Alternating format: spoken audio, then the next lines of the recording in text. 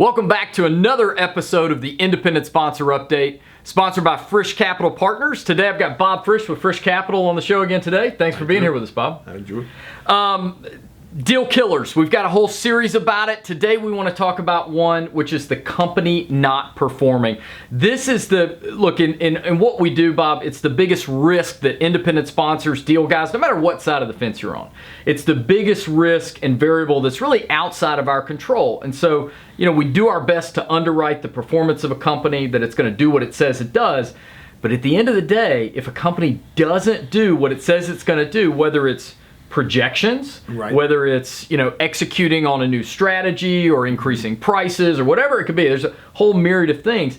It's a big thing that can really influence the deal itself and prevent it from getting closed. Without a shadow of a doubt.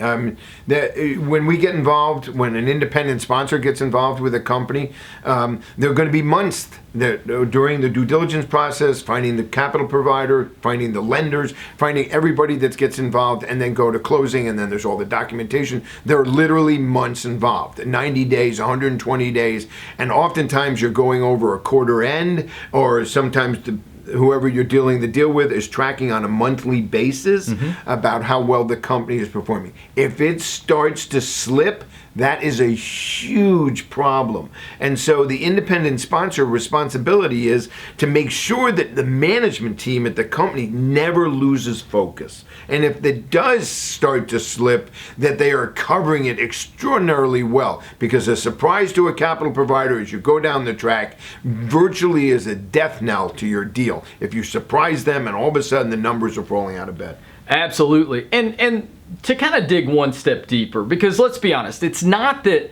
that's what's actually the deal killer, because the company can, have some cycle maybe a little bit and from month to month, but at the end of the day, if a company's not performing and they're not hitting the numbers that they've projected, the real issue kind of falls into one of two categories. Either one, the seller is not willing to have a discussion maybe about renegotiating the terms or kind of adjusting the structure of the deal to compensate for that.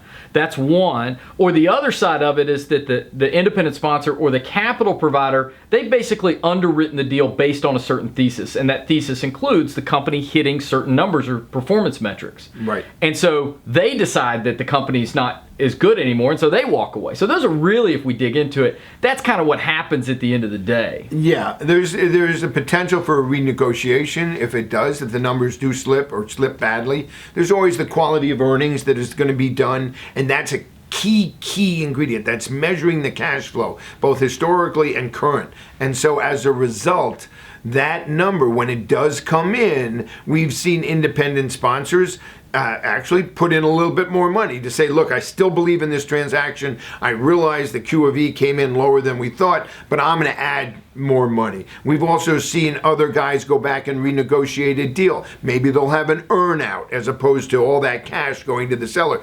Hey, we understand it's a little bit of a slip. You're going to make it up, but let's readjust how we're going to pay you all this money because we may want a little bit of an earn. There are ways to handle it, but there is one thing that's definitely critical, and that is the independent sponsor has to be on top of it and has to be smart about the way he's going to go about such a thing. So Absolutely. it doesn't kill his deal. Absolutely. So to encapsulate, the independent sponsor's role in the transaction is really working with management team, making sure their eyes staying on the ball, performing, and that whatever projections that they put out there, really trying to circle up as best they can, that they're going to be able to hit or exceed those. Right. And so it's important and we realize there's a nuance there. You don't own the company yet, so you're not in there to influence and run. So it is a little bit of a dance, and we acknowledge that. But really staying on top of them, making sure the company's going to do what they say they do. Absolutely. So that doesn't end up killing the deal at the end of the day. Right. And then to be creative and smart and ahead of the curve if it does slip a little bit. Absolutely.